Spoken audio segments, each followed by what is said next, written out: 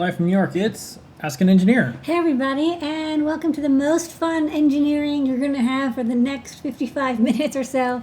It's me, LADYADA, with me is Mr. LADYADA, and we're going to be covering everything that's been happening in the world of engineering, electronics, makers, and more. Even New York City, news and history. It's all here on Ask an Engineer, and of course at the end, I'm going to ask you questions about engineering. But we're going to kick it off because we've got a jam-packed show, as I can tell. Yeah, there's a lot going on tonight. Mm-hmm. Okay, first, before we talk about all things that are on the show, we live in this world, and Ask an Engineer for us is a show that we do every single week. So sometimes we look back. I wonder what we were doing in 2005. I can look and see that Wednesday. You know, exactly. So over the last few months, it's been a viral pandemic. It's been a social injustice pandemic. In New York, there's gun violence. That's an epidemic, a pandemic happening. So tonight, I thought I'd start off with just an update on what we do as a company and what we do together. So starting back when the protests basically erupted across the country, our team got together and said, what are the things that are important to us? So we had come together and said, here's the organizations and efforts that we want to contribute to, that we want to get the word out on, that we can use our platform. So we're just an electronics company, but we have a voice and we have, activity that we can do. Mm-hmm. We go to protests. We try to do the best we can as a company, socially responsible company. When we look at us, go to our About page. We try to figure out things that make the world a better place. We do it through technology, but now, the weight is even heavier. What can we do every single day to get the word out? So right now, this second, for the folks that are basketball fans, the NBA is pausing games, boycotting games tonight. So that's in the news right now, the second. Good. And this is, yet another chapter in people trying to find solutions and change. And we're all frustrated. So we went over to, which was going to be another vigil and another protest. So the violence for Elijah was going on at Washington Square Park. We were there. He was killed a year ago in Aurora, Colorado. And it also happened to be the first round of protests and march and peaceful gatherings and more in New York for Jacob Blake. And that's going on right now. So, we're 160 days in. There is still no progress on arresting the officers and charging them for the murder of Breonna Taylor. That's still going on. So this is why a lot of people are getting frustrated. This is why all of us. It just keeps happening. Yeah, and enough. It's not like a coincidence anymore. And we're a little electronic company. We have our platform here. We always told our team that we will all get together and make our voices heard. So check out datafruit.com/Black Lives Matter. That's what our team put together. But one of the things I want to talk about too is we were the first company after North Face to join the Stop Hate for Profit campaign that the NAACP and the ADL and a bunch of other companies put together, and end up being over 1,000 companies pause their ads on Facebook, Instagram, and all that.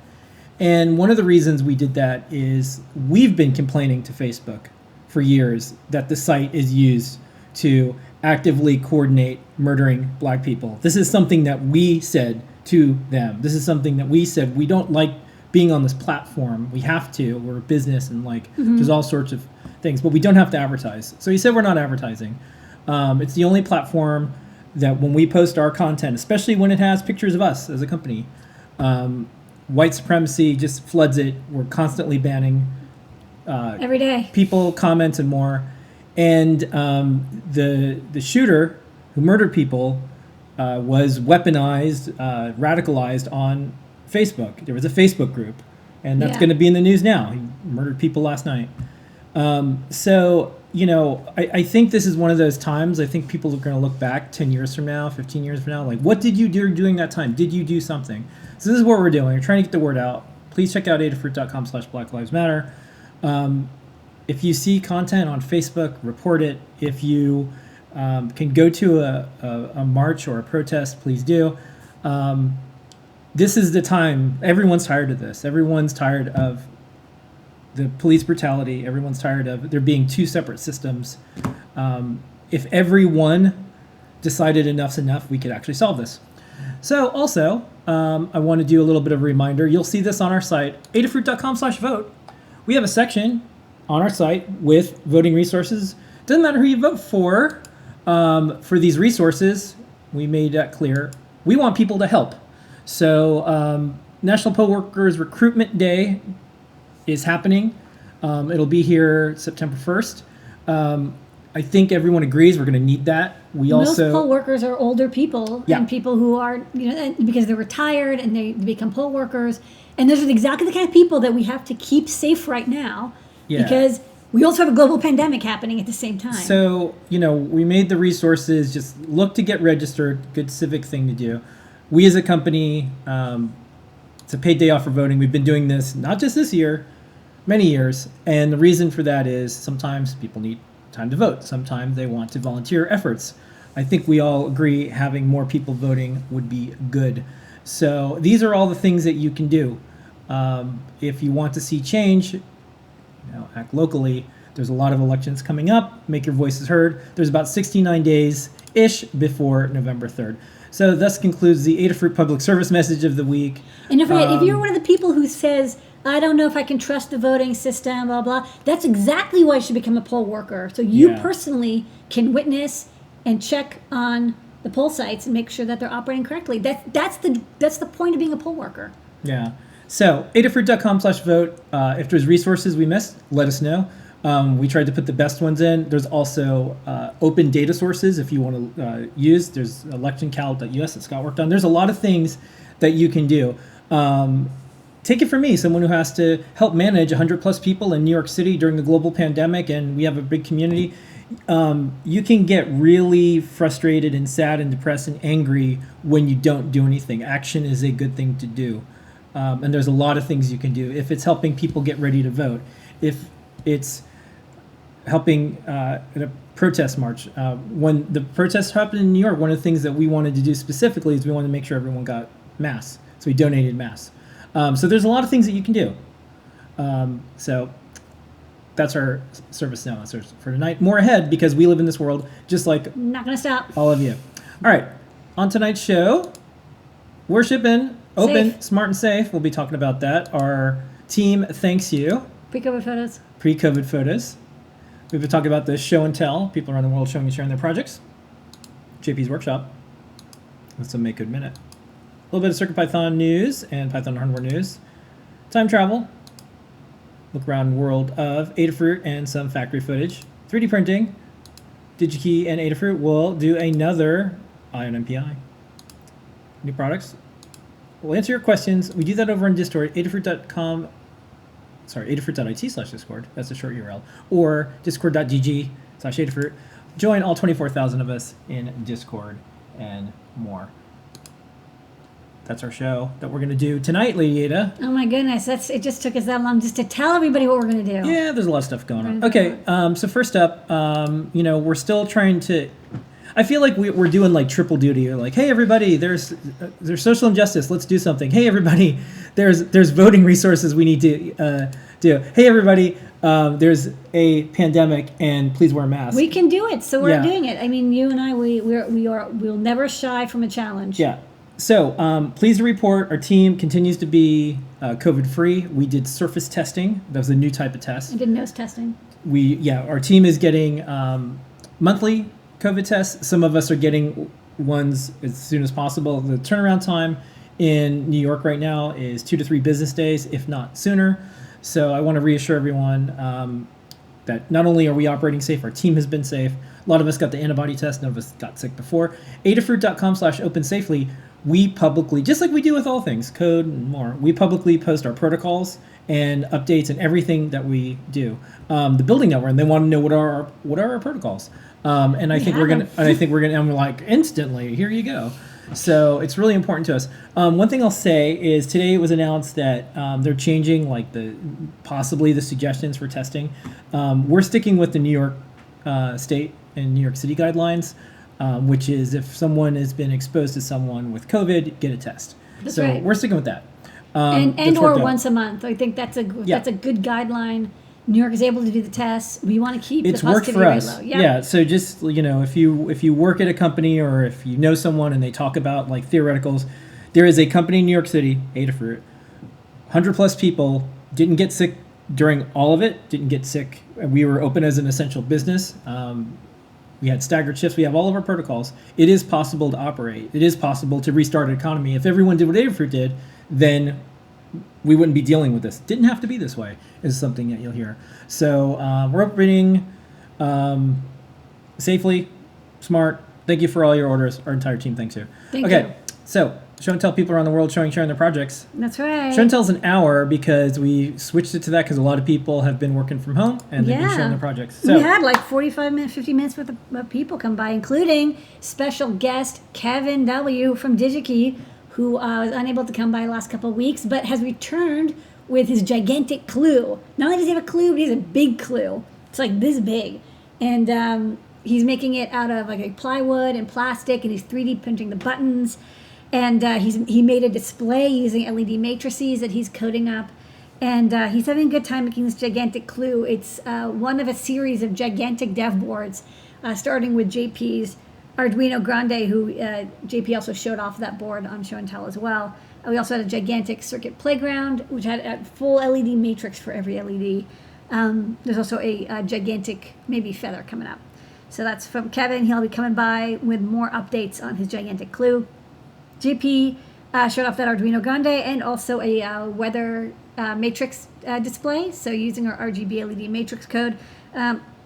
I've been putting it through the paces. We're getting a lot of people doing projects because we just added CircuitPython support for it. So we're just making sure like all of our Pipeworld projects still work with an LED matrix. So showed that off. That's coming soon. I also published a guide this week on a simple Bitcoin display. You can show almost any information from the internet, but we thought it'd be cool to show the price of Bitcoin because it changes a lot. So it's a good IoT project. Neil and Pedro showed off this week's 3D Hangouts project. It's a torch, a 3D printed torch prop that uses silk and a 5-volt fan to create like a flame effect. We'll show the video in the 3D Hangouts section of the show. Jepler says, yes, we can, to CAN. He's working on CAN bus. CAN bus is kind of like the fifth protocol after UART and I2C and I2S and SPI. There's CAN bus. And there's a lot of people who use CAN bus for robotics and automation and communicating with their cars and sensors and stuff. And so we thought it would be really good to add CircuitPython support for CAN using both SPI to CAN converters like the popular MCP 2515. And that's something that Brian is going to be working on. And then Jepler is working on the low-level CAN support for boards like the STM32F405 Feather, which has hardware CAN, and also the SAM-E54, which is kind of like a SAM-D51, same pinout, but has the CAN bus as well. So right now it's just a mess of wires, but it's like slowly getting there. He says he's got like messages starting to come back and forth, and so progress is happening. We'll see in the next couple of weeks. He also did a call out for people who are using CAN. Are you using CAN in your project? We'd like to know what you're doing because we want to make sure our API covers your use case. So drop by the Discord anytime or during the CircuitPython meeting on Mondays and tell us, what are you doing with CAN? So make sure that you can do it with CAN on CircuitPython. Painter Dragon came by with a spooky new project. It's a moon phase clock that uses taking time and date from the internet and then displays like a kind of nice like dithered image of a moon with the correct phase and then maybe like the time underneath it. It's a portrait display project. Erin showed off the guide that we'll be talking about later when showing off a video, a resin torch with electronics embedded in it. She learned a lot in the process of embedding electronics in resin. You can learn all about what can go wrong in resin projects. People really like making these, but they're really difficult. So take Erin's advice because she learned a lot in this project. But she did get it working eventually with a Circuit Playground and MakeCode. Dan Halbert showed off BLEIO HCI demo. We have now HCI layer for BLE support, which is really cool because a lot of chipsets that support Bluetooth have HCI as the underlying hardware protocol. And so we now have CircuitPython support for HCI, which is good. That means all of our boards that have an airlift can now use Bluetooth Low Energy as well as Wi-Fi. Brian is working on mechanical keyboard board, making a SAMD51 in the same pinout as a Pro Micro, so it can fit into mechanical keyboard kits. It's based on the SAMD51. It's got STEMMA-QT connectors on the end. Scott demoed the ESP32S2 running with Wi-Fi, nice and fast, and PS RAM, so it has 2 megabytes of RAM in it. So PS RAM support for the chips that have a PS RAM chip, and nice speedy Wi-Fi, and he showed off the Wi-Fi test, getting JSON data from GitHub, parsing it, and displaying how many stars we have on the CircuitPython repo. Liz has a house of robots. She made a Raspberry Pi MIDI host to connect to her Metallophone robot that uses MIDI, so that she could have one MIDI device controlling another MIDI device through, I think, Wi-Fi, using like MIDI to Wi-Fi to Wi-Fi to MIDI.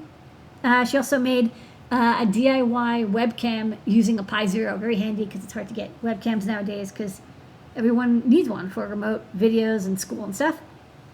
And then from the community, we had Seth come by with an ICE 40 feather wing and an MSP 430 feather. Both projects are being worked on right now. It's a feather world. We just live on it. Check out the latest Hackspace magazine. Yeah. We'll also be chatting about that. We'll talk about that soon. Because it's a lot about feather. It's an open standard. Everyone is welcome to join in. And so Seth did that. And then Mark came by with a whole bunch of projects. Mark has a Tindy store. Check out the Discord for links. For a Bodger Badger PCB, a cute little badger, European badger with blinking pink eyes. A very, very, very small 555 timer board. And a PCB ruler that has CircuitPython and an IMU chip, so it can act as a level as well, because it knows the tilt. And that was show and tell. All right. Show and tell is part of our live series of shows. Every week you can expect Ask an Engineer 7 p.m. Ask an Engineer is 8 p.m. And show and tell 7 p.m. is what we just talked about. We do Desk of LADYADA every single week around 8 o'clock, Lady 8 o'clock, when we do some engineering, and we also have some great search with DigiKey. And JP's workshop is coming up tomorrow at 4 p.m. And here's a little bit of a preview of what JP's going to show tomorrow.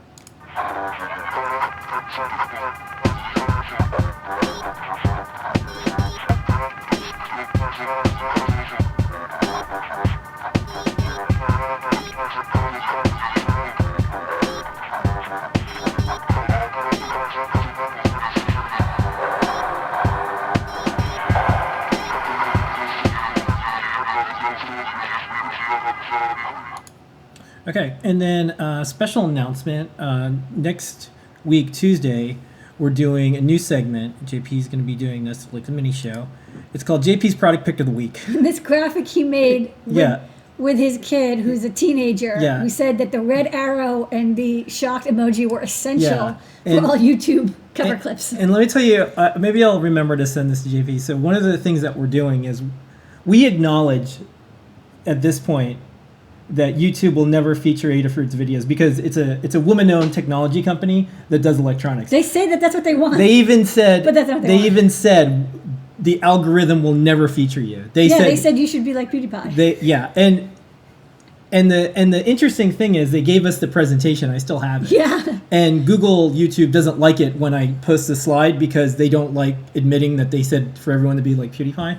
So anyways, one of the suggestions though, and this was in our meeting with YouTube, Google in the past, was, if Limor had like a different thumbnail, ones in swimsuits really work well. Shit you not, that is the type of things, and that's why when you see the thumbnails on videos, that's what they look like.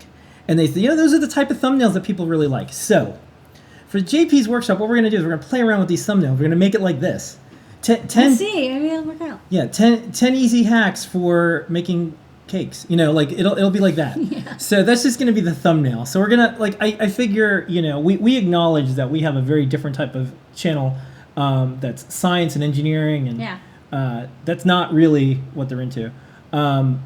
So we're gonna try this out. So this is the first thumbnail we're deploying. So this is starting next Tuesday, right? Yeah, I think he needs to do like this.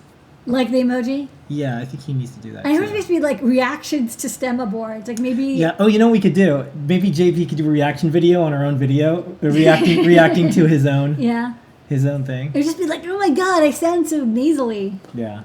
So, anyways, okay. This is it. It's coming up. Soon. But tomorrow during JP's show, we're gonna do Make Code Minute, and here is the latest one that you can see. Take it away, JP. So for the Make Code Minute today, I decided to build a door knock sensor. And this was actually a suggestion given to me by Todd Kurt. He said, sometimes I think I hear the door has been knocked on, but then I'm not quite sure if it was just some other sound or ghosts or who knows what. So what about a sensor that lets you know definitively was the door knocked on? So that's the idea with this. What I'm using is the accelerometer on board, and it is, I have it actually since the orientation is with Z up, I have it reading the Z accelerometer values, and then when you knock, there's enough of a vibration that it moves the device enough to cause the accelerometer to change beyond a threshold that I've set. So here's how this works. At start, I'm reading the Z value, acceleration in milligravities, on the Z-axis, and I'm logging that to the console. And I'm also setting a variable called knockZ to be the sort of starting point. So this is going to usually be around negative 1024, roughly gravity pulling down on it fully on Z. If I turn on the console here, this is a really good way to figure out which way is which and what values matter to you when you're using the accelerometer. So you can see here, when I knock, it goes down to, in this case, negative 784, and then it's going to return after a couple seconds back down to about negative 1040, it says actually. So knowing those things, once I tested those, I now set up this forever loop so that it checks if the accelerometer value is greater than the original negative 1024-ish value plus 28. That seemed like a reasonable threshold for me. It might change depending on what surface you're on. And you can figure it out really easily looking at that graph, especially if you don't have big delays in there like I do. But I didn't want to get double false hits, so I've created some delays in there. And what happens when I knock and the knock value moves it, we log that value so we can see it on the graph. We set the pixels to red. I play a little beeping tone. And then I pause for 3.5 seconds. And then I reset the starting point. So when it drops back down, it will allow us to have a clean threshold for the next knock. But that is how you can create a knock sensor using the Circuit Playground Express inside of Make Code. And that is your Make Code Minute. Okay, and we got some CircuitPython news specifically. And don't forget, at the end of the show, we have the Python on Hardware newsletter. Okay, coming soon. 9/9/2020 is CircuitPython Day. We have lots of events throughout the day. There'll be a show and tell with Kattni and Jepler, and there's some other groups that are doing events during the day. Scott's going to do a deep dive. We're going to do a show and tell. We got a lot of stuff going on 9/9/2020. It is CircuitPython Day this year. All the events are virtual. Let us know if you're doing anything. CircuitPython Day at adafruit.com. We'll see you there. Join in. All right. Let's do some time travel. And time travel around the world of makers, hackers, artists, and engineers, and more. This week we had a bunch of mini videos, so I thought I'd play those back to back. They're little snippets of stuff that we did during the week. Mm-hmm. So we have those. We'll look back on hardware that might be a little bit of top secret sprinkled in there too. Take it away past us. LADYADA, what is this? Hey, I'm playing with some hydraulic project. Here's a mini pump that's an air pump and a valve, and it's wired up. It's connected with tubes to a balloon, and I'm using a cricket to drive the motor, and when the motor's running, it inflates the balloon. So this happens for about 10 seconds. And I've written all this code in CircuitPython. It's really easy to hack on. And then it holds the motor off and the valve off for 5 seconds, and then it releases the valve. So you can kind of hear the air escaping, and the balloon is shrinking. So this is, I think, an easy way to do pneumatics with robotics, all running on 5 volts with CircuitPython or Arduino. LADYADA, what is this? Hey, it's a Sunday, and I thought it would be a great day to work on a grayscale OLED. This is a 16-level grayscale OLED with 128 by 128 pixels. It's an SSD 1327, so I made a little breakout. Uses the I2C. You can use a stemma connector or SPI. You get a little demo here showing these little snowflakes in different colors, so you can see some are darker than others. Some are light and some are not so light.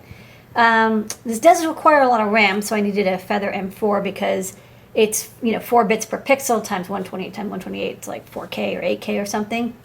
Only one thing, you're wondering probably, does LADYADA ever make mistakes with her PCB design? Yeah, I did. I put the display on the wrong side. It should be on the back, but I kind of forgot to flip the part, so it's on the front. So I just sort of soldered it carefully, and then just kind of hanging out here. So I'm going to do a Rev B.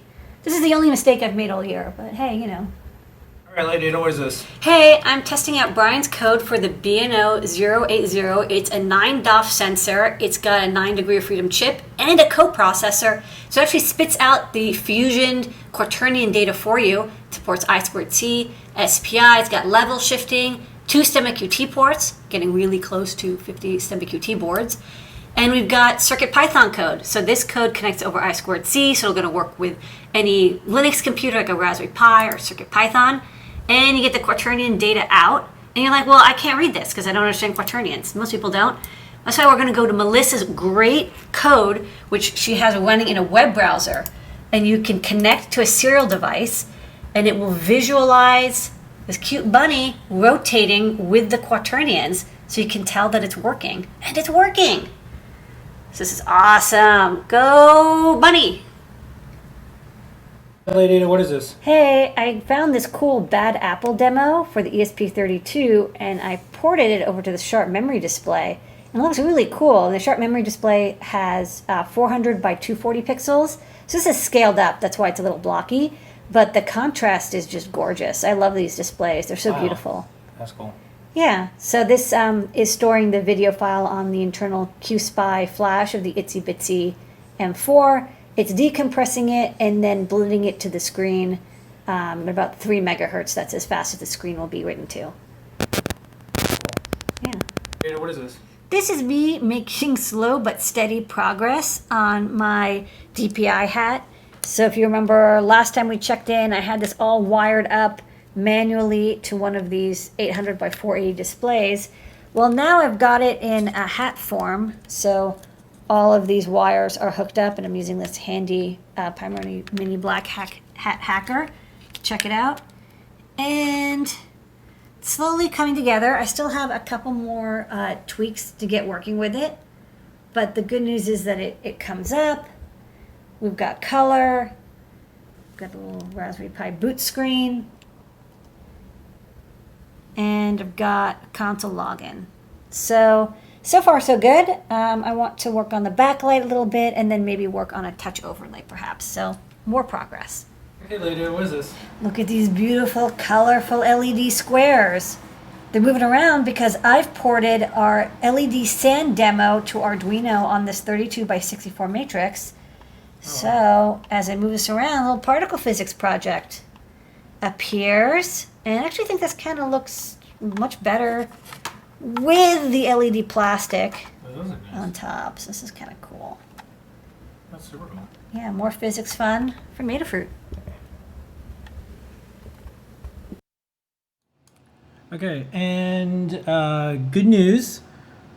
So a few weeks ago, Clue was on the cover of Make, and this month, hsmag.cc, you can subscribe. You can also download a free PDF. Discover Feather, plug and play for easy electronics. Yay! Yeah, this is cool. And every single month, the Hackspace team somehow publishes a magazine. It's actually pretty amazing.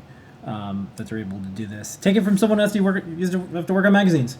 This is hard work. Yeah. Every single month, and they have all sorts of digital ways for you to get your hands on it. So check it out. It's, I think, like a good, like, okay, we did it. I can point on a map the time and place where we came up with feather. Yeah. I can point on a map time and place where we came up with clue. I can point on a Fona, I know. I didn't even know what I was eating. I was eating delicious dumplings. Yeah, and that's one of the things about New York. Just to get a little like sentimental about New York. Well, there was that article that Jerry Seinfeld wrote about why, like, what people are saying New York's dead because of this economic, just multiple crises that we're all in, and there's something about New York that a lot of creativity just pours out. It's the people, it's the food, it's the culture, it's the proximity. There's a lot of things that make you think of stuff. But feather, I remember when came up with it, and then you were on a quest to release a feather wing a week. Yes. And you did. And it was feather wing a week, and it was like, and in a year we're like, here's the 52 feather wings. And a year later I was like, okay, yeah. did And 50. so now there's thousands of feathers altogether, from the platforms to the wings. It's not just us. Yeah, you can go on github.com/Adafruit/awesome-feather, which is also the name of a horse. Of a racehorse, yes. As a racehorse. We have nothing to do with this. No, we don't. We don't have nothing to do with Plug the the horse into the circuit. Yeah. But it's an open standard. Particle uses it. Seed uses it. SparkFun uses it. Anyone is welcome to make a feather. You don't have to even call it a feather, but if you do, it just makes it easier. And for the board manufacturers and for the folks making platforms, if they don't make a feather, they make something that kind of looks just like it. That's so right. It's like, it doesn't matter as we're just like, yay, there was a lot of good ideas that went into feather. So thank you so much, Hackspace. Check this out. You can download a PDF, subscribe if you want to see things like this in the world, get it on all sorts of different devices too. And then speaking of, so there's a couple things. CircuitPython, 148 boards. It's a programming language to get a lot of stuff done. Powerful. Yay. Python. Yay. Feather, format, accessories. Now we have a way to connect it all up. So we're now up to 50 stemma boards. 51 actually. Yeah. I released a new one yesterday. Yeah. 50 plus stemma boards and sensors, from accelerometers to air quality sensors to OLED displays. Yeah. To that's just from us too, and including everybody else in the community making them, like SparkFun and Zio. There's probably a couple hundred, maybe even 500 total quick or stemma compatible plug-in boards over I2C. So even though we already passed 50, you celebrate the 50th for a while. I know, it's 50, yeah. So nice round number. Stemma 50 is here. We're going to be talking about all the different stemma boards. Yeah. And let's chew into the new product section tonight. And I want to do some breaking news. Okay. Here's the breaking news. Why, because, I get crummy emails and nasty stuff from people because, we talk briefly about some things. But someone in the chat said, hey, I just signed up to be a poll worker. Now, thank you. Now, okay, so that is what I'm talking about. If everyone, this is just good information we're putting out there. And now this person is going to go do something. So thank you, person. Thank you so much, James, for just doing something. Because I feel like a lot of people complain. A lot of people terrorize each other on social media, but this is something that it's action. Everybody can do something. So thanks, and I'm glad we put that out there. Anyways, that was my breaking news. Next up, open source hardware. We're an open source hardware company. That's right, and we are the number one open source hardware. We are submitter. And speaking of, October is Open Hardware Month. Wow. There's going to be virtual events around the world. Last year, I did a post a day, every single day, on something about open source hardware. I'm not doing that this year because I already did it last year. So someone else should do that. We submitted a couple. We submitted like 350 boards. More than that, yeah. And Dylan, who's back in school, he did all the work. He was our paid intern. We might want to figure out how to make a bronze get some more of them submitted before. Oh yeah. It's a good idea. So, anyways, Open Hardware Month. Go to ohm.oshwa.org and you'll be able to see what's coming up. They're going to be doing virtual events and more. You can sign up. You can get the word out. We'll do something, but I'm not going to do. I already did the series. I'm probably going to just do one post. Yeah. And I'll link to those other ones. That sounds fun. Yeah. All right, new guides. We have over 2,278. I know. LADYADA was on the we big board we this blew week. past 2250, so we're getting up to 2500 soon. We've got a bunch of guides on the list today from starting on the right. John Park did another RGB matrix project. We're porting over our PyPortal projects to RGB matrix projects. This one is a Bitcoin value display. So you get this cute graphic with Blinka, and she's hugging a Bitcoin. And it was at about $11,700 last photo was taken. Who knows what it is now? The only way to find out, build this project. We've got from the Ruse Brothers, NeoPixel Flame Torch prop. So this is kind of neat because we're using a fan, like a 5-volt fan as part of the prop. And our new mini booster to generate the 5 volts required for the fan. They tried running the fan off of 3 volts or from the LiPo 4 volts, and actually it wasn't blowing hard enough. So these little boost converter work great. We have a video to show as well. Erin experimented a lot with resin recently because it's good weather in California to do so. And she made a torch lamp, and she'll teach you all the tips and tricks of what not to do when pouring resin, because it can be difficult, but when you do succeed, it's beautiful. And then from Natalie Fortin, we have a translation of our Make Code Circuit Playground guide for beginners. Starting out with Make Code and Circuit Playground, it's the easiest way to make creative electronic projects, now in French. So if you're either French Canadian or French from France or in another place and you speak French, you're set. You can follow along with this guide. It's great for at-home learning. Yeah, we'll be showing a couple of the videos of the torch and the resin lamp shortly. Okay, some main New York City factory footage, photos around New York, and more. Every week we take some photos that are going around here. This one's from Dano. Dano leads up a lot of the manufacturing at Adafruit. All of our post office boxes have political messages on because post offices have turned into a political pawn this year. So there's lots of neat paste up art and graffiti and more on the postal boxes around New York. We'll continue to keep an eye on these and figure out if any gets removed. I think they're all going to stay in place now, but there's lots of things painted on them. Some selective soldering action here. I think this is for relay featherwing. Oh, sorry, this is the Ethernet featherwing. This is upside down too.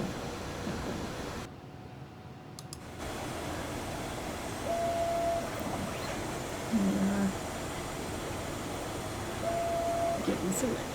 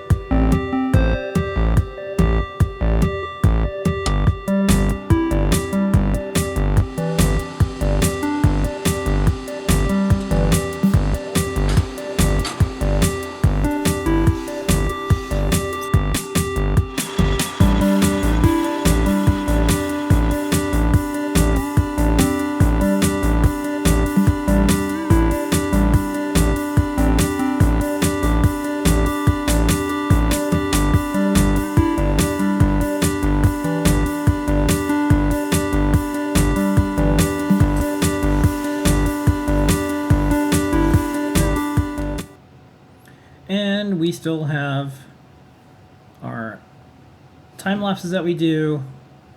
Some weeks people say, I'm tired of seeing that construction across the street. Do you have any so Empire State Building stuff or more? And the answer is we do, but we also have to. we also have the construction going outside the building. Yeah.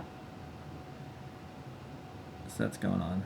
All right, let's do some 3D printing with Pedro. We have 2 videos this week. We have the like light up torch video, and then we have this tea light thing. Come back on the other side for INPI. Yep. Hey, what's up folks? In this project, we're building an LED torch using NeoPixels in CircuitPython.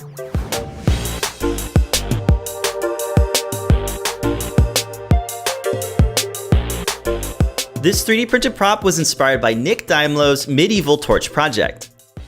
This uses a Gemma M0 and a NeoPixel jewel to create a fake flame with some silk fabric and a mini fan. We designed and 3D printed the prop to house all the electronics, and it features a modular design that allows you to easily swap out the parts.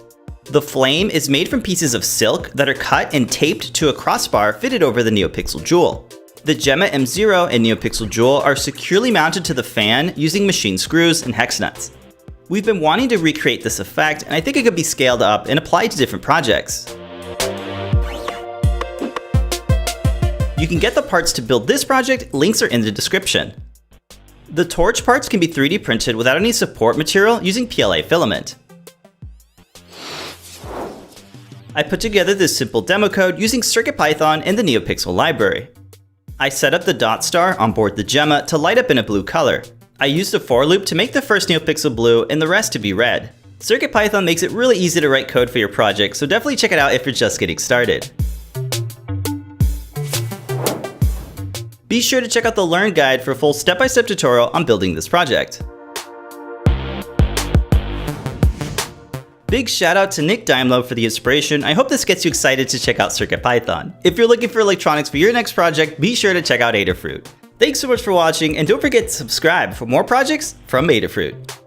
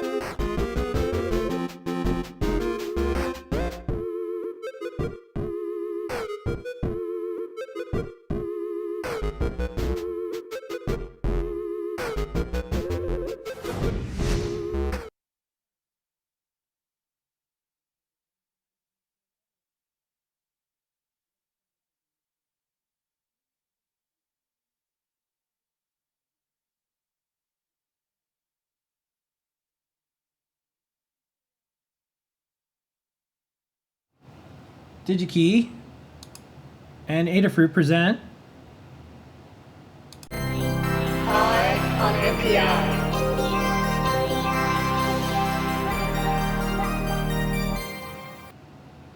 this week, Harding. Harding, which they have a very handsome logo. I gotta say, Nice the logo. yellow, this is very nice yellow. So this company is a company that makes connectors, and I saw this come up on the DigiKey/new page, and they also tweeted about it. I remember you said this to me, and you're like, what is this new thing called single pair Ethernet? And I said, I have no idea. I want to go look into it, and we'll talk about it on INMPI, and we'll teach other engineers about it as well.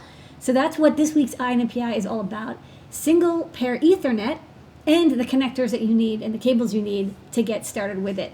So the NPI itself is this very adorable little connector, and as you can see in the center there, it's got 2 conductors. And it basically does Ethernet up to 1 gigabit per second, and it also provides power up to 50 watts over just 2 conductors. Amazing. How's that possible? Well, thanks to single pair Ethernet, which has this cute logo, which you can see the S. It has the 2 conductors and like the cables and S. Clever. Very clever. Okay, so the Ethernet that you and I know is this. It's, a 4 or 8 conductor Ethernet connector. It's on computers, it's on Xboxes, it's on routers, it's on almost everything, IoT devices, industry. And it's invented in the 70s, and we've improved on it greatly from 10 base T to 100 base T to now gigabit. We've added power over Ethernet as well. That's a somewhat recent invention. So you can now power devices over Ethernet. We have some PoE devices, but it still uses kind of an old technique for signaling where there's multiple conductors, and I think 10 base T has like one pair for transmit, one pair for receiving. And although gigabit eventually gets to bidirectional transmission, there are going to be a lot of situations where you want to reduce the amount of wiring. So this is what normally at the top you see 10 base T, and then you have 1 gigabit or 1G base T, and at the bottom you can see it is possible to transmit this data on a single twisted pair bidirectionally, and that means instead of having 8 wires you have 2 wires. And this is important because if you're in industry and let's say you're wiring up a factory or you're wiring up a train or a car, you want to minimize the weight, you want to minimize the expense of the wiring. You can do that with these 2 conductors. Another thing that I thought was interesting, you can see on the very left there's like the simple plug-in conductor, and in the center there is like a high reliability version. So for a lot of industrial uses, they want to make sure that the conductors don't come loose and they're waterproof. And so there are waterproof Ethernet kind of like plug over adapters, but single pair Ethernet was sort of designed from the beginning to be used in high reliability situations. So here's a list of some of the applications that Harding recommends, and you can see their beautiful golden yellow coloring here. So, power monitoring, switches, transportation like trains and airplanes, machinery, industry, solar. One thing you'll definitely see that's not here is home and office. So this, you're not going to be able to replace something that's been around since the 70s for home and office. People, they don't really mind Ethernet. And for high speeds and high lengths, 8 conductors will do better for you than 2 conductors.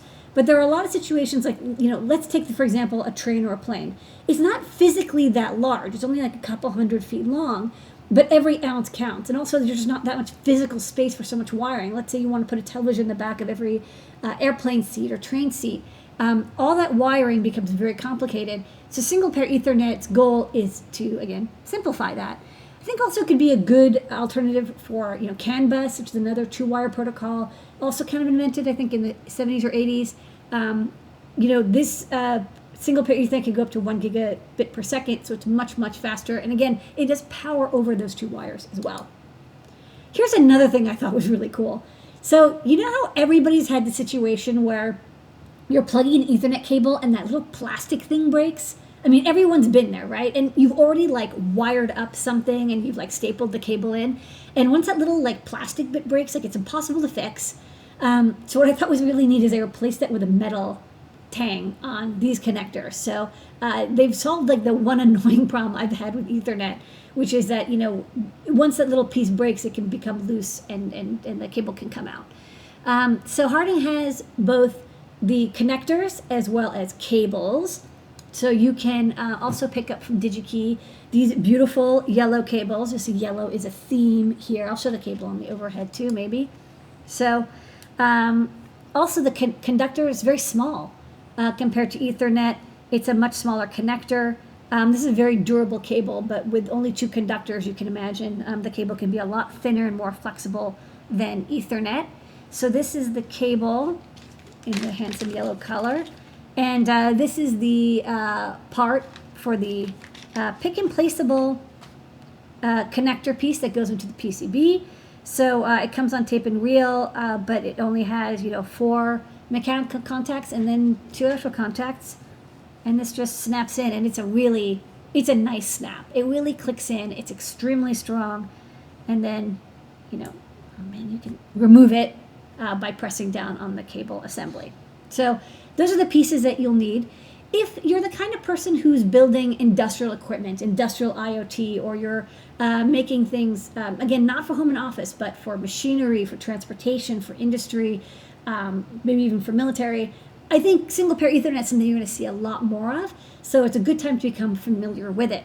Also, they've got a great superhero character called Twister, and they've got a whole set of these for all the different connectors that Harding makes. This time they went with purple, not yellow, for the character, and his head is a single pair Ethernet connector, so very creative. Available on DigiKey. In the chat, a lot of people are like, "Hey, I've been hearing about this, and now it's on INMPI, so I'm going to take a look." Take a look, and if you go to harding.com, they have a whole information section that I totally, Wikipedia to learn all about all the specifications for single pair Ethernet. So there's a consortium of companies. Harding is one of the original consortium members, but there's quite a few of them. All of them are very well-known connector and an industry manufacturer. So again, you're not going to see this for home and office, but if you're manufacturing stuff that's automation, industry, single pair Ethernet, it's a good time to get acquainted with it, because your next revision of a product, you're probably going to be including it. Yeah. And they had like a 2-minute video about their technology, product, and more. So we're going to play that. Take it away. Single pair Ethernet is a new transmission standard for industrial automation via just one pair of conductors. We provide answers to the most pressing questions and point out our future SPE solutions for IIoT infrastructure.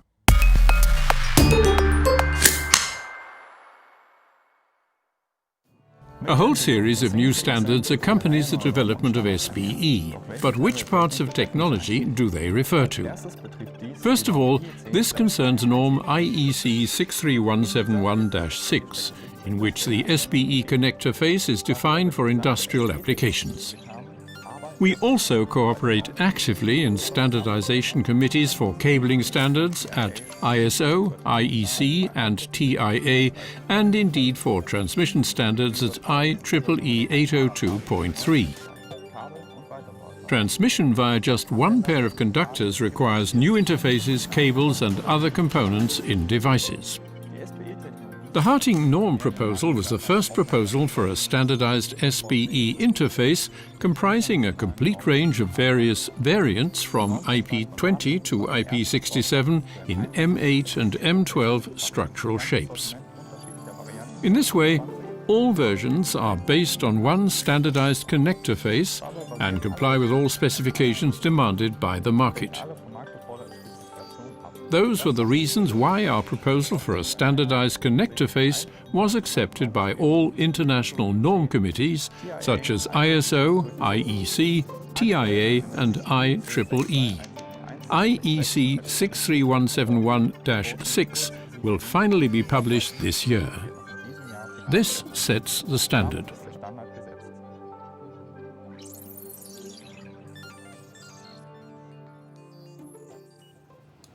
All right, and check it out on DigiKey. Short URL is digikey.com/short/ZRVT71, or you can just look at the product ID. We'll also have the blog post and more, and that is this week's INMPI.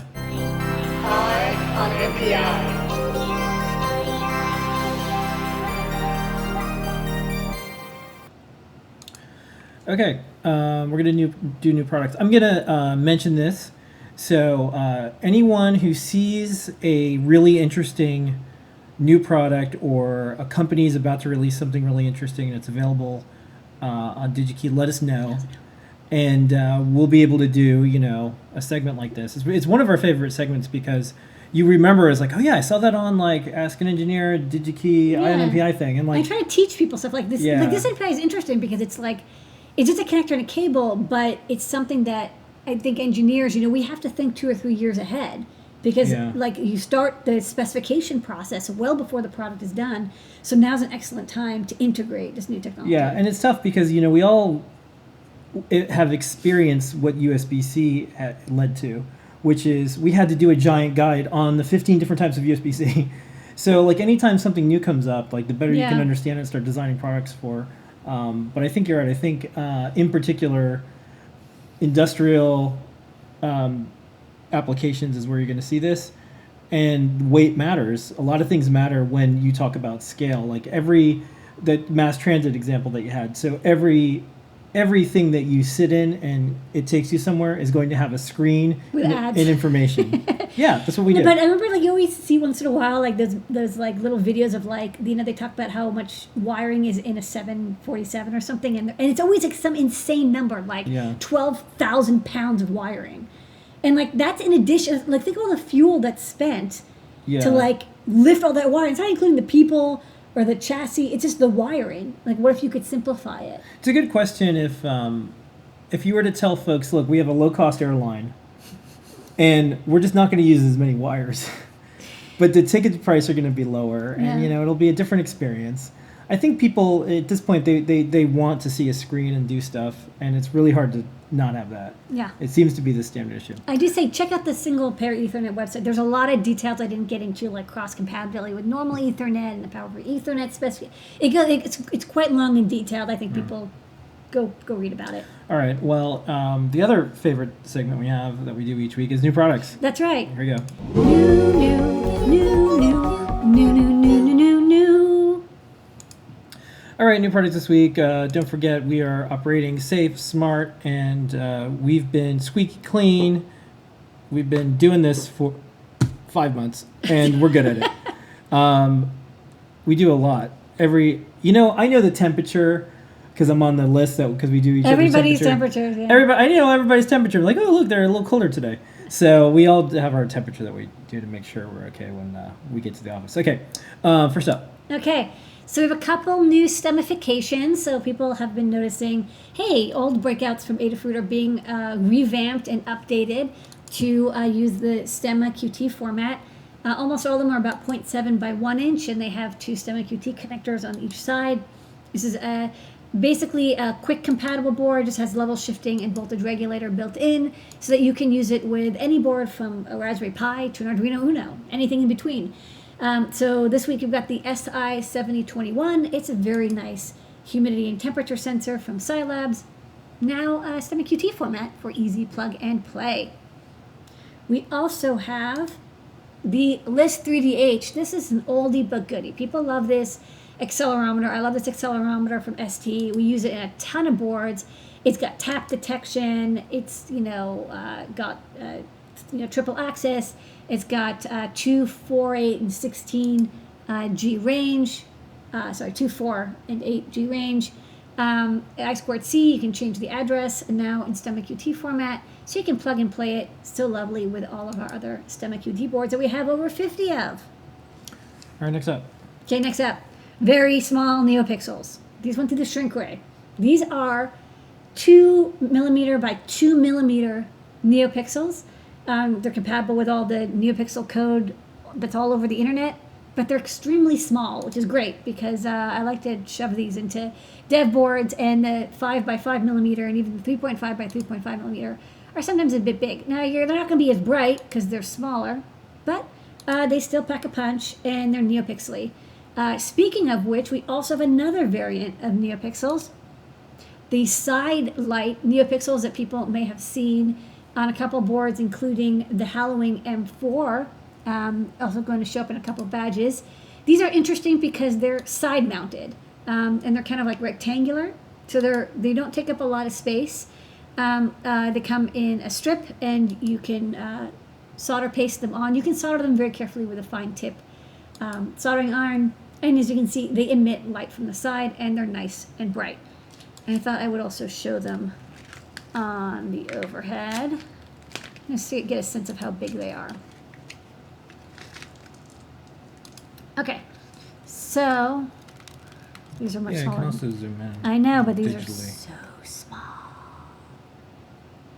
Okay, so these are the individual NeoPixels, and you can see they are just like, already these are only 2 by 4 millimeters. Yeah, I would back out a little bit. Back out a little bit. And Back out, and then I'll go put this it. way. Yeah, focus, and then zoom in. There It's you go. trying. You can Yeah, see you the little can chip. move it over a little bit. Yeah, you can see Yeah. the chip inside, and then on the Yeah, bottom. move around a little bit. Right, get in. Yeah, sorry. There you go. Okay, It's yeah, tough because okay. they're so small. There you go. Yeah. You can see the Yeah. 4 pads on the bottom. Yeah, then flip it on put one on the side. It's so small. There you go. Yeah. All right, so it's one on the side. And then I also have the really tiny ones. Let's I see. want to see how it's tough to. It's tough. It does. Yeah. It's like, what are you doing? Why so small? So Okay, and then here's these are one even human, smaller. one human finger, just to give you an idea. Yeah. And these are the 2 millimeter by 2 millimeter ones. Okay. So these are Move it up even. a little bit. These are even smaller. Yeah. So these are pick and placeable. You could solder them by hand if you're very, very careful, or hot air. I will say that the side light ones, they don't hot air very nicely with a hot air gun. Of course, you can reflow them, but they do, the plastic does get a little melty. So if you do hot air them, just be fast. Either way, they're 4 pins, power, ground, data in and data out. You can chain as many as you want and use any NeoPixel or WS281X code you like. All right, so that's 2 new NeoPixel variants. All right. All right, next up we have a low-cost fingerprint sensor. So we already have stocked a fingerprint sensor that's very similar to this, but we found a version that's about half the price. It has a little bit less memory, but it seems to work just fine, and it comes with a plug-and-play cable. So if you want to add biometric sensing, I think you can record up to like 128 fingerprints. We've got Arduino and CircuitPython/Python code, so you can use it with Linux or Raspberry Pi or Arduino, what have you, anything in between. All right.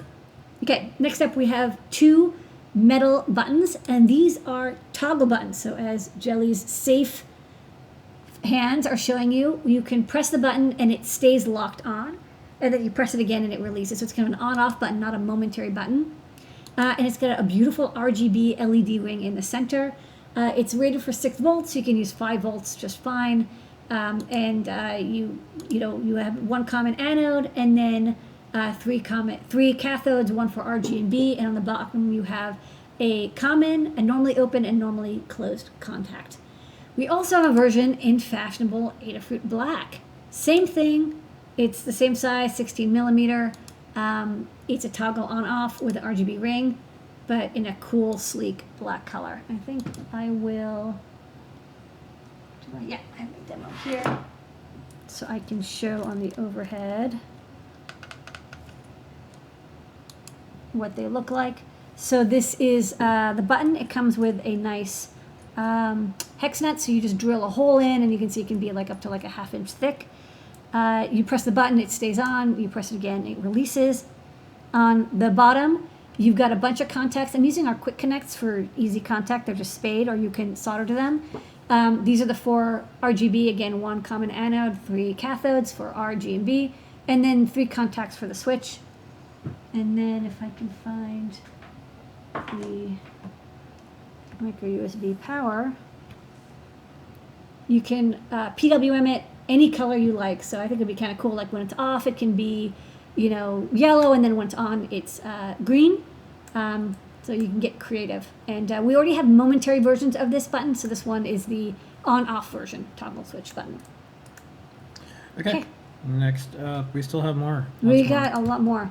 Okay, Saola, the ESP32S2 dev boards. We actually have CircuitPython support for this board because we're using it for ESP32S2 development. This board is breadboard friendly. It's got a Rover module on the top side there, and the Rover is an ESP32S2. I think it has 4 megabytes of flash and then 2 megabytes of PS RAM. So this is version with PS RAM. It also has a USB to serial converter chip and a USB socket. There's a NeoPixel and like a boot button and reset button. It's a minimal version of an ESP32 development board with all the breakouts. One thing I'll mention is the ESP32 has native USB, but that USB port is not the native USB port. That's the debug port. So you'll have to get a USB connector and wire it up separately to use this with like CircuitPython or Arduino when you want to use the native USB connection. But this is a very low cost, easy way to get started with development on the ESP32S2.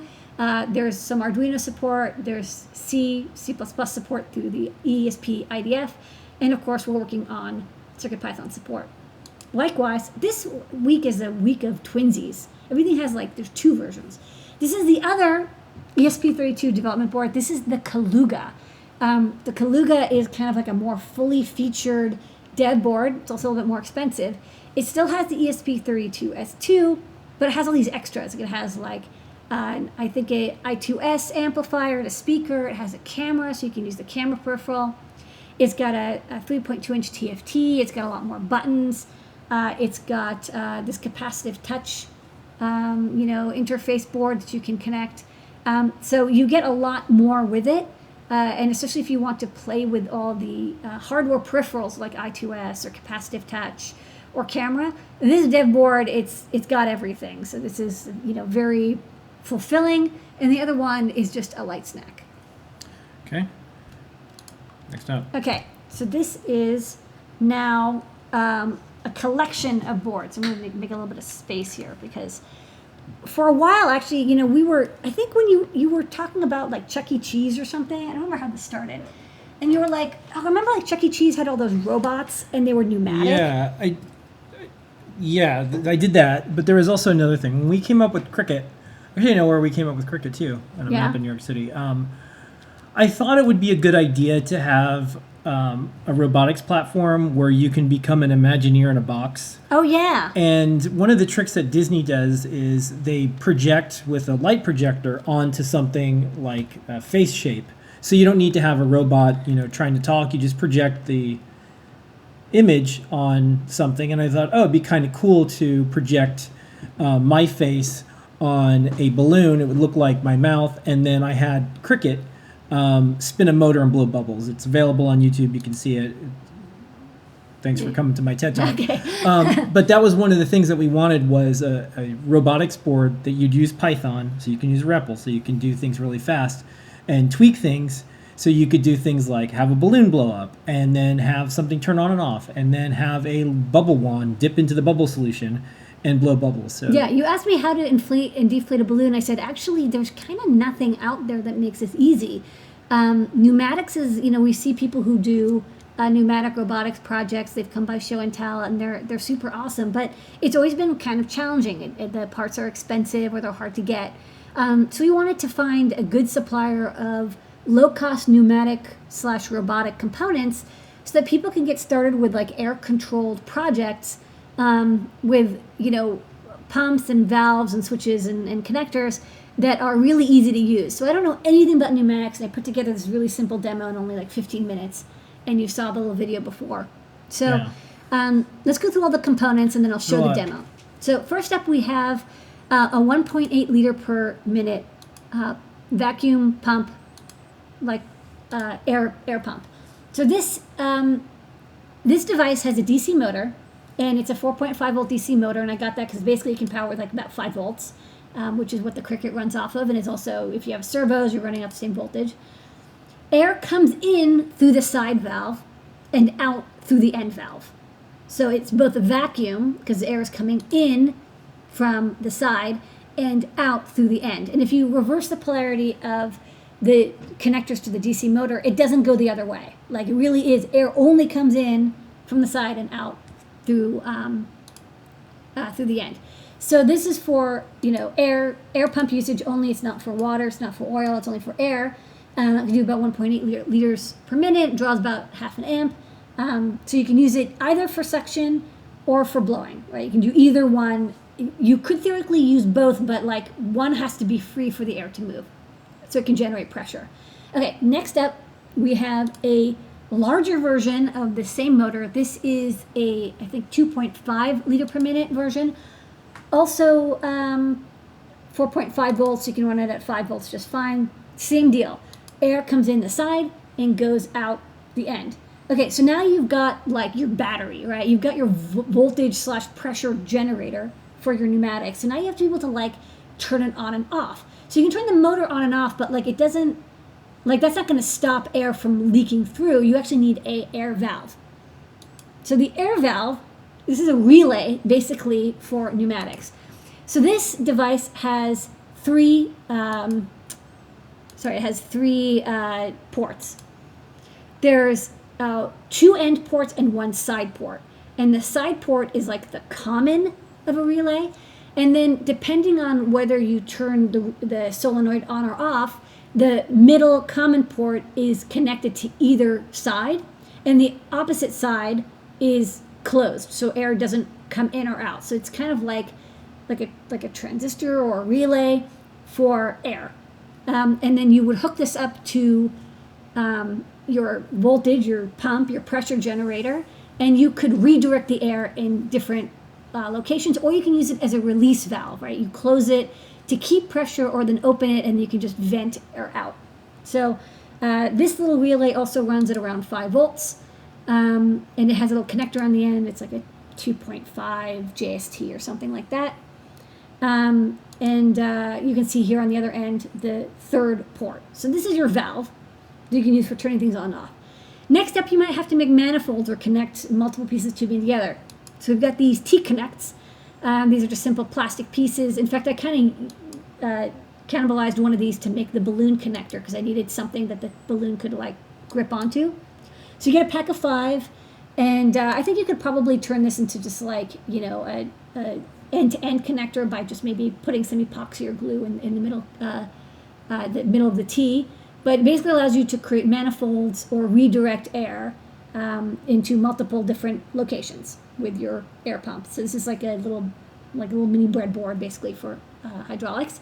And then you need the wiring. So for that, we've got this silicone tubing that fits onto all the different ports, and it's nice and snug. It's silicone, but it's not food safe. It's only meant for these air projects. I think it's like 2 millimeter inner diameter, something like 5 millimeter outer diameter. Either way, it's easy to cut. It's silicone. It's flexible. It's stretchy. It works great for these projects. Okay, so let's go to the overhead and see if I can show this demo. So I've got this pump, and as I mentioned before, the side pump is suction. So air only comes in here and goes out here, and this is open because that way I can suck air out of the balloon and into the atmosphere, and it can generate that pressure.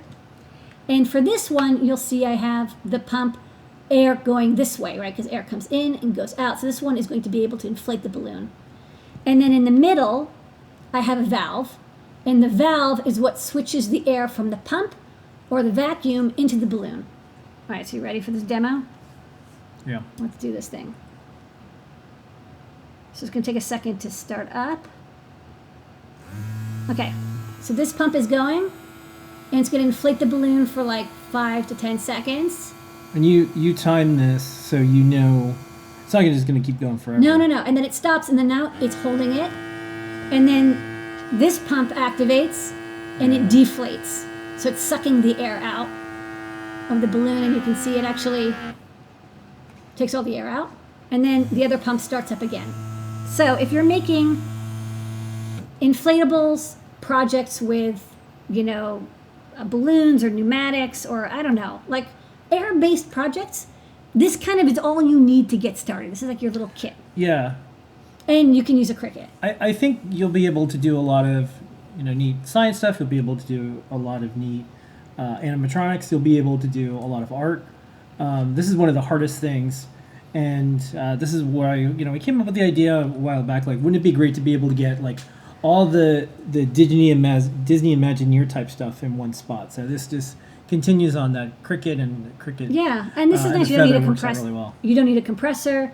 All runs on 5 volts. So Cricut, which is a 5 volt robotics device, you can see the pumps are controlled by the motor driver, and then the relay is controlled by the solenoid driver. So it's perfect. Here's a fun thing to consider. You know, a lot of theme parks might be a little different, and you might have some more at-home time. Why not build your own animatronic theme park in the garage? That's right. Okay, Star Straight tonight, besides you, LADYADA, and our community and all of our customers and our team, is this. Hold on, I have to switch gears now because that was like a big changeover. Yeah.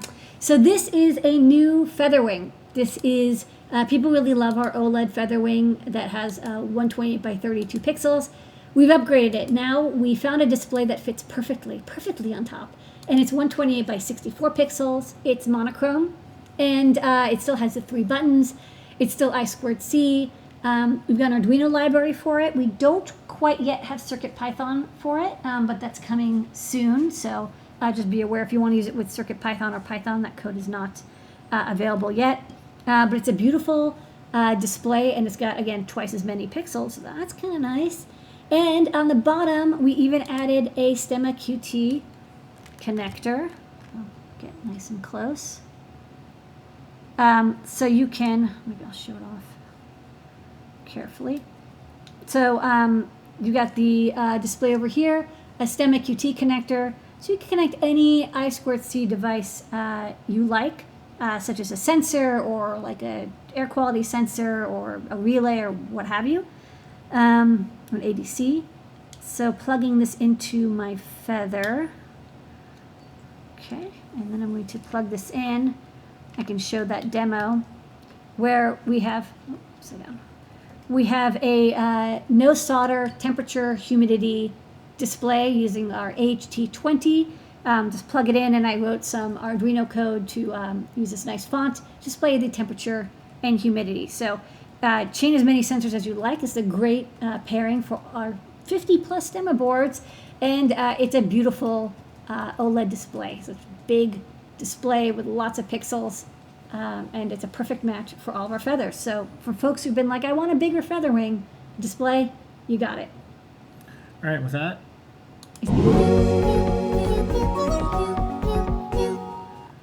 Okay, cool. So here's what we're gonna do. We're gonna. All my demos work this week. Yeah, complicated demos too. I know. Look, we do this every week live, and I'll tell you, I've said this before, but we always have new people on the show. We do live demos every week because electronics companies don't do that. They don't show how these things actually work. They don't show how these things look. If you could do it live with thousands of people, either we're the best ever at this, or this stuff is actually pretty easy to do, and you can do it too. Yeah. One of those things must be true. And, we do this in all sorts of times and weather and mental states and physical states. So I think all that work that we do all week and all year and all decade to make things easy for people prove that, you could do this stuff too. And I have to collate it. Like all the pneumatic stuff, like some of it actually came in a while ago, and I had to wait to have everything come in at once, because it doesn't make sense to have the pumps but not the tubing, or the T connector but not the relay. Yeah, So and the other thing is, just a little maker business thing. So when we got onto the scene, it was only the part on a white background. That's all you could ever do. And if you even got a photo. And so we decided, well, let's make sure there's a video. Let's make sure there's a learning guide. Let's make sure there's published code on GitHub. Let's make the photos as beautiful as the hardware and the code itself. These are great photos. And that's one of the reasons, you see things like this. This is also. You can also see we're safe because we've got gloves on while we're. Yeah, we have the glove you version. can tell when the photos were taken. We have the glove version, but electronics are beautiful, and this could easily be something futuristic from a science fiction movie from the past, but it's also just something that you can build something with. So, yeah. Anyways, would look good on a panel. Yeah. So okay. that's why we jam that way. For what's coming up next is questions. We're going to do that over in Discord. So go to adafruit.it/Discord and join all 24,000 of us. Your questions will be answered. I'm ready to answer them. Okay. Inspired Chaos I was kind of multitasking or talking in the chat. Yeah. Inspired Chaos and Dad they were discussing making a miniature dark ride diorama. Pneumatic might be a cool way to do small movements. And I wrote back, pneumatic diorama sounds like a art class of the future. Pneumatics in these little settings is a really neat way to control a diorama, because you could do way more than just servos. You can do servos and motors, and you can do all this stuff. That'd be kind of cool. You can use all those valves, and they're not that expensive. You use the pump to create a pressure container. Use a safe pressure container, like a 2-liter bottle or something that can hold it, and then release the pressure to each thing that you want. And what's really nice about pneumatics is they're really fast, and they're very, very small. You don't need, the servos are kind of big and they have to be nearby, but you can pass this tubing up to your diorama very easily, and it kind of flexes around and the air just goes wherever you tell it. Yeah. If you're in Discord, check out Mark Olson's photo. Yeah, electronics are beautiful. It's a beautiful photo. That's cool. From Mark's Tindy page. Mark, post a link to your page. Mark was on the show and tell. If you even look at the close-ups, this That's is cool. this looks like, Search for Spock, like a movie prop. But No, this is like- But this is technology we can use in code and program. This is like the Fifth Element. Yeah, this is super neat. This is like space age looking things, like that future that you imagine when you were younger. You can actually do stuff with it now. So I think, a lot of this stuff. Don't hide those photos, everybody. Get the close-up photos. Show the demos. It matters. What better way to talk about pneumatics than showing it? So that's why we have videos and more on all of our product pages. Okay, the big guys do it too. Disney's Flight of Passage rides seats use pneumatics for the pneumatics for the breathing. Yeah, Disney loves pneumatics. yeah. I think it was Captain EO at Epcot. It was a Michael Jackson experience. When you sat in the seats, when the characters were coming up behind Michael Jackson, the air would blow in the seat, and it felt like the creature was behind you when they would show. They love pneumatics. It was really neat. Pneumatics and Pepper's Ghost is like Yeah. 80% of Disney stuff. Next up. Question: with it being easy to change I2C devices with Grove, Quick, etc., is the I2C test strength needed after a few connections? In other words, could the signal become weak after a few? It actually won't, because each one has 10K pull-ups on it, and I2C is actually spec'd for 2K, so you can definitely put at least 5 of them in a row. If you have a very long cable, I2C is not designed for extremely long cables, but we do have, it's not out yet, coming soon, an LTC 4311 breakout, which is an active terminator, which I think can let you use like a couple hundred feet of cabling for I2C. So, if it's the number of boards, now there's pretty much you can put 5 to 10, I think, without any issue. And then if you were thinking about long distances, then yes, an active terminator will just do the job. So there's a lot of hacks you can do for I2C. Okay. Next up, what is the length of these tubes that we had in store? 1 meter, 1 meter. but you can cut it to any length you desire. Got it. And is this the suggested use? Like, is this how you...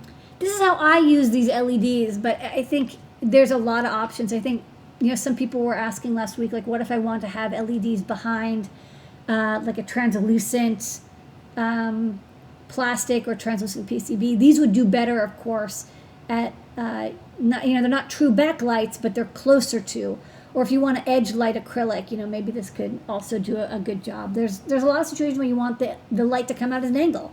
And this would do it. I think when I first saw these was like these blinds we saw, I think, in like the Apple store, and they were sticks with the right angle LEDs, and they were in like a curtain so that you could see through it because the PCBs were very thin, but you could see the LED display kind of floating in air. Yeah, just, collision with current events.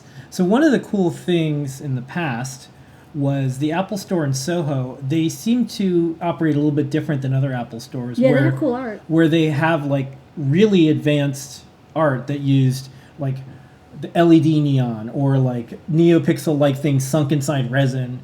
And, you see it and it's very finished and polished. But then we would say, oh, here's how you could remake it. And then sometimes we would even try to look up the parts that they had. Yeah, it was good inspiration. All sorts of stuff. And, the Apple Store is open again, but the retail landscape, just generally speaking, has been shrinking. A lot of people buy stuff only online. And right now in particular, in the major cities, you don't expect there to be a huge investment in the retail storefront technologies as much anymore. So we'll all have to figure out, how are we going to find and get inspired by those things. I think the idea of like home dioramas would be neat. We were talking to Aaron, who's on our team, and we had this idea where like right before COVID hit, there was people going to these like Instagram areas where, you would go there and take these selfie photos, and it's like, and they would have like, the flexible LED neon. And it was always like, be the dream you want. Yeah. I don't know. There's always something like kind of like kitschy about it. Be good. And just say wear a mask now. Yeah. So I thought that would be kind of neat for, maybe families to make their own like little selfie cove where it's it's something that they can, because they're going to be sharing photos socially. Why not have that same experience? I think it's a but good, build it yourself. It's a great idea. Yeah. Okay. Especially because we saw they're all using this LED neon. Yeah. All right. So those are the questions that we had. Feel free to hang out in the chat. Keep chatting amongst yourselves. Okay. Here's what we're going to do. We're going to do the Python on Hardware newsletter brought to you by Anne and the entire team, and Kattni, who did the video version of it. So take it away, Kattni. And then we'll end the show on the other side. All right. So we'll see everybody next week. Thanks, everybody. Thanks for a great week. Yeah. Check in. Don't forget, Scott's got a deep dive. JP's got his videos tomorrow. Yep. Never stops. Here we go. It's that time again. This is Kattni with your weekly Python on Hardware news. Every week, we put together the Python for Microcontrollers newsletter. It is available through adafruitdaily.com. Head over to sign up and see all of the past and current newsletters. Or tune in each week to hear what's going on. Adafruit is working with the team to safely remain open as we continue to navigate COVID-19. For more information, visit adafruit.com/opensafely. Adafruit is stocked and all orders are shipping. Expect possible delays as we continue to ramp up. Now is the best time to get orders in for your favorite products, including items for students. To find the latest Adafruit products and all of the essentials you love, visit adafruit.com. This past week, the subscriber count for this newsletter surpassed 8,000 members. Thank you to everyone who subscribed. We appreciate that you've chosen this newsletter as the source of your Python news. We'll continue to provide you with weekly updates of all things Python on microcontrollers. Thanks again, and stay tuned. Use a Raspberry Pi with Python as a USB MIDI host. Liz Clark has her Pi connected to a MIDI keyboard and output through either a Eurorack with a CircuitPython-powered Winterbloom Soul module or a CircuitPython-powered relay-driven xylophone. Details available from Blitz City DIY on Twitter. This is another wonderful cosplay prop in progress at Kamui Cosplay. Bolivar's mace uses an Adafruit feather and a Propmaker feather wing to provide lights, shake detection, and sound. Details available from Kamui Cosplay on Twitter. A new book is out this month, Working in Public, The Making and Maintenance of Open Source Software by Nadia Egbal. Recommended by Python creator Guido van Rossum, it is an inside look at modern open source software developers and their influence on our online social world. Available on Amazon. You can also check out Niafia on GitHub for more interesting information on open source from Nadia. In this week's CircuitPython Deep Dive livestream, Scott streamed his work on adding PSRAM support to the ESP32S2 port of CircuitPython. Check out the latest video and past videos at adafru.it/deepdive. CircuitPython Day is September 9th, 2020. Adafruit has chosen 9/9/2020 as the snakiest day of this year for CircuitPython Day. Much more to come on events and happenings to include a CircuitPython team livestream, collaboration with hardware and software folks, and highlighting all things Python and Python on hardware. This year's CircuitPython Day is being dedicated to Lambda Labs Makerspace, who are helping during the Beirut disaster.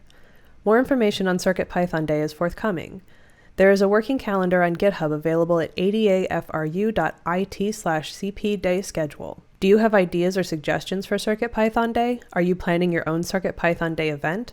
Let us know via email at circuitpythonday@adafruit.com or submit a PR to the calendar on GitHub with your event information. These great CircuitPython Day graphics are courtesy of Kevin Matoka, who states, "I'm learning how to contribute to the CircuitPython core code. I added a faster way of copying or blitting bitmaps. With this bitmap.blit function, it is possible to rainbowify text. Details available from CycleMatch on Twitter." Liz Clark is also working with graphics, making versions of the dancing parrot on an Adafruit clue board. Details available from Blitz City DIY on Twitter. This CircuitPython-powered e-paper display shows the current phase of the moon. Details available on hackaday.io and from Microchip Makes on Twitter. The Trinket Touring Machine is an Adafruit Trinket M0-based Eurorack audio module for algorithmic melody generation. Check it out on toddbot.com.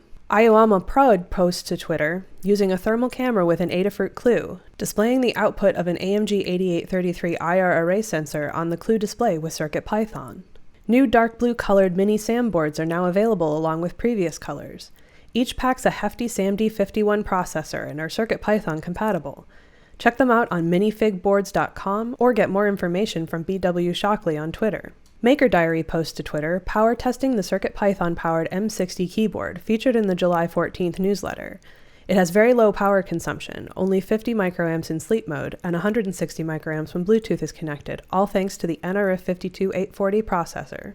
Text posts to Twitter, turning a Raspberry Pi into a PS2 keyboard emulator. Essentially the reverse of a PS2 to USB adapter, except the keyboard can come from the network and not just a USB keyboard, similar to an IPKVM using a Python script. Iron Vines posts to Twitter, putting together a moisture sensor and thermometer for seedlings using CircuitPython. Krontus posts to Twitter, testing CircuitPython 6.0.0 Alpha 2 on the ESP32S2 Saola 1.